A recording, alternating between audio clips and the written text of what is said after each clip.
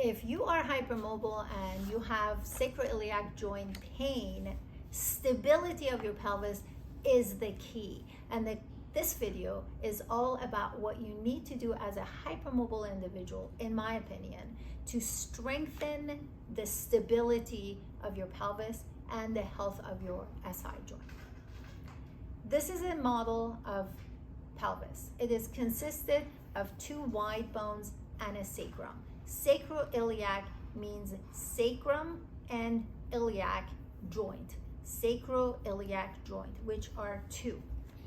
The health of this is directly impacted by things that reside within the pelvis and what is connected to the pelvis, which is your spine, and how your lower extremities are connected to the pelvis through the hip joint. So the stability of your SI joint is impacted, directly influenced by the stability of the structures above and the structures below. So when it comes to sacroiliac joint, as you can see, all of these are ligaments. Forget about the muscles. These are ligaments. That means two bones come together and you have these ligaments. And as you know, EDS, hypermobility, they're connective tissue disorder, which means that connective tissue is loose. So things here are not as stable as they need to be. This directly influences your ability of proprioception, knowledge of space at any given time, and this is a foundation to the structure above. These are the realities about hypermobility. We're just going to deal with what reality is, and then I'm going to share with you some of the things that I do with my patients who are hypermobile and have SI joint instability, which is pretty much everyone. When it comes to stabilizing this pelvis and the structure above and below, the first step is biological breathing. Biological breathing is what we understand by studying human babies. There's so much value in that, not just to sustain you as a living human being, but with it comes a lot of intelligence. I'm not going to turn this video into the impact of biological breathing or the value of biological breathing. I am going to, at the end of this video, put bendy breathing video and what I give my patients to instruct them on how to breathe biologically. Once I have biological breathing in place, which is done laying down on the floor first, when you understand how to have a neutral spine, that's the connection of the spine to this area, and you're hitting the area with biological breathing to learn what that looks like. You're not defying gravity, you're working with gravity here. The next thing I want to do is I want to go through movements, that progression of movements identical to what we all did as babies. So we didn't start walking from the get-go. We had to build step one before step two. That step one provided what was needed to make step two a successful step. So if it has worked for every single walking human being, I'm not going to change something that's working perfectly.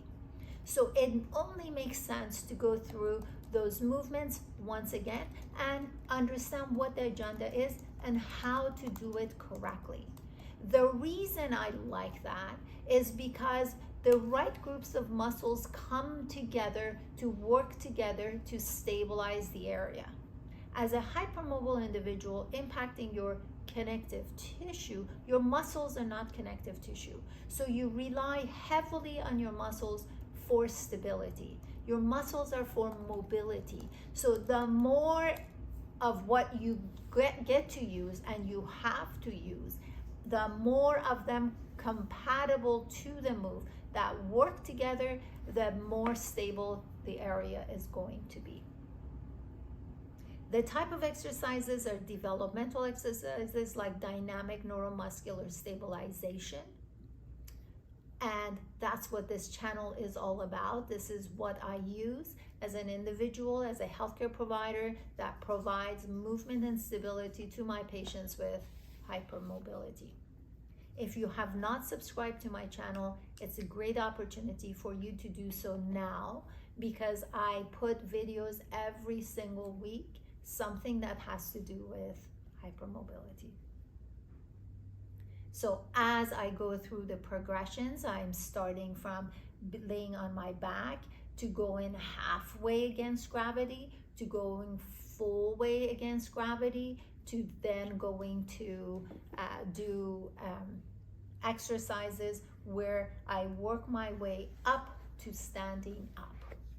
When it comes to managing SI joint pain, as my patients go through these exercises with me, and the whole purpose of it is for them to learn, so they don't have to have me by their side to do these things, because these are the types of things that bring stability into the picture, and they should not be skipped. This is kind of like brushing your teeth. You don't want to skip that.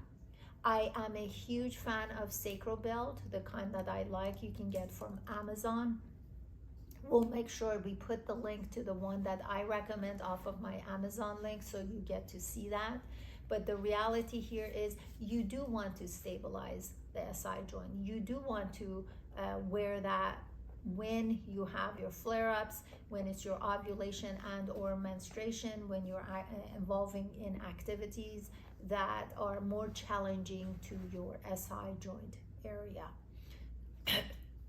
The support comes from preventing injuries, understanding the facts about you, and understanding how to protect yourself and still be able to move. If you have any questions related to the type of exercises I do with my patients, first check my YouTube channel. Chances are I have something related to that already here. You can contact my office using one of the methods of contact in the description box to then visit with me and for us to see if this is the right fit for you. Thanks for watching, and until next time, take care.